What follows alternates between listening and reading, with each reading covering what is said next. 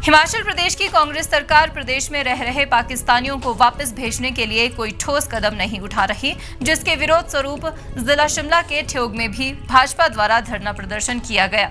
करण नंदा ने प्रदर्शन को संबोधित करते हुए कहा कि पहलगाम में हुई निर्मम हत्याओं के दृष्टिगत केंद्र सरकार ने पाकिस्तान के खिलाफ अनेक डिप्लोमेटिक कदम उठाए हैं, जिनमें से एक निर्णय ये है कि पाकिस्तानी नागरिक जो भारत में अधिकृत अथवा अनाधिकृत रूप से रह रहे हैं, उन्हें तुरंत उनके देश वापस भेजा जाए।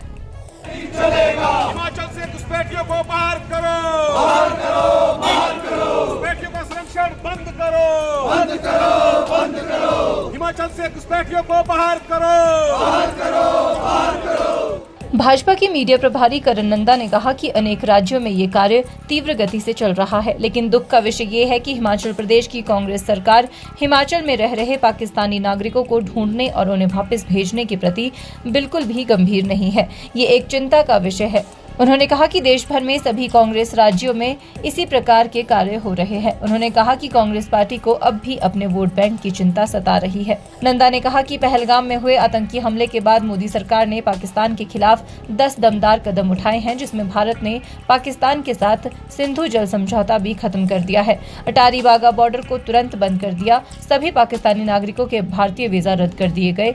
सरकार ने साफ कहा कि अब किसी भी पाकिस्तानी को भारत में आने की इजाजत नहीं दी जाएगी। जो पाकिस्तानी इस समय भारत में मौजूद है, उन्हें देश छोड़ने का आदेश दिया। पाकिस्तान में मौजूद अपने सभी राजनयिकों को वापस बुलाने का फैसला लिया। भारत में मौजूद पाकिस्तानी दूतावास को भी बंद करने के निर्देश दिए।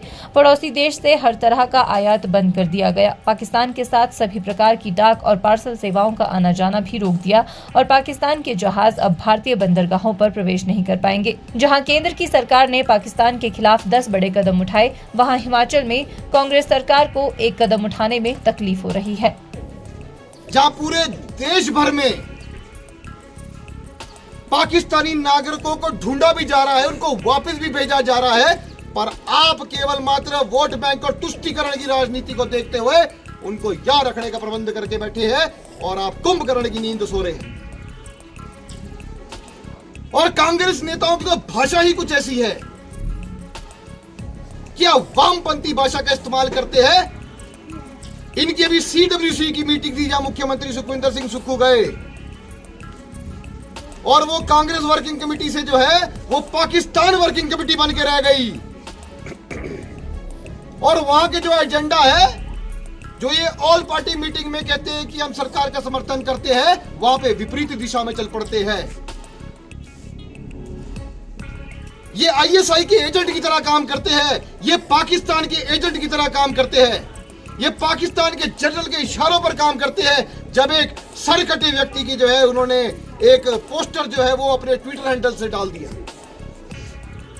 वो लाइन एंड लेंथ जो है पाकिस्तान ने दी थी और भारत उसको फॉलो कर रहा है इन कांग्रेस के मुखौटों के बीच में। ये कांग्रेस की वर्किंग कमेटी जो है, पाकिस्तान वर्किंग कमेटी जो मैंने बोला, उसकी बैठक समाप्त होती है और साथ में हमारे जो पड़ोसी राज्य पंजाब, उनके मुख्यमंत्री जो है वो एक प्रेस कॉन्फ्रेंस करते हैं और पुलवामा में जो घटना हुई उसको जीरो घोषित करने का प्रयास करते हैं कि सर्जिकल स्ट्राइक तो हुई नहीं। जहां पाकिस्तान उस स्ट्राइक से घबरा गया, जो पूरे दुनिया में वो चर्चा का एक पात्र बन गया, तो इनके लोग जो है वो सुनियोजित तरीके से जो है वो इस वातावरण में, जब पहलगाम में वहां जो है निर्दोषों की हत्या कर दी गई, उसके बीच में ये बात करते हैं कि पुलवामा ठीक नहीं था। जनता देख रही है कि आप क्या कर रहे हैं।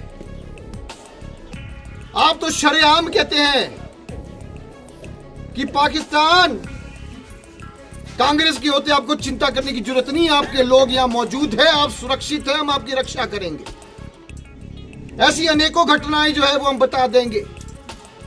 इनके मुख्यमंत्री कहते हैं कि धर्म तो पूछा ही नहीं।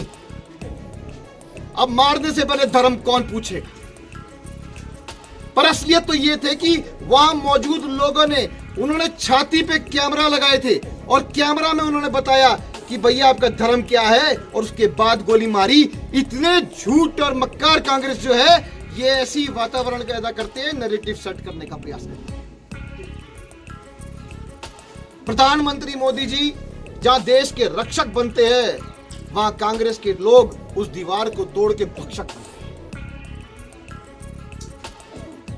और हम यहां से, हर जिला केंद्र से हमें मांग करते हैं कि एक अमित शाह जी ने open FIR all India level पे जो है वो बनाई थी, खोली थी। वो 25 अप्रैल 2025 को रजिस्टर हो गई थी ओपन एफआईआर। अगर कोई भी पाकिस्तान के व्यक्ति जो है वो मिलता है और जाने का आग्रह करता है कि नहीं जाएंगे, उसका उस एफआईआर में नाम दर्ज होगा। तो आप शनाख्त कीजिए, आप ढूंढिए और ढूंढ के उनको वापस भेजिए। यही भारतीय जनता पार्टी की मांग है। हिमाचल न्यूज 24/7 के लिए शिमला से सपना शर्मा और हरदेव कुमार की रिपोर्ट। आप देख रहे हैं हिमाचल न्यूज 24।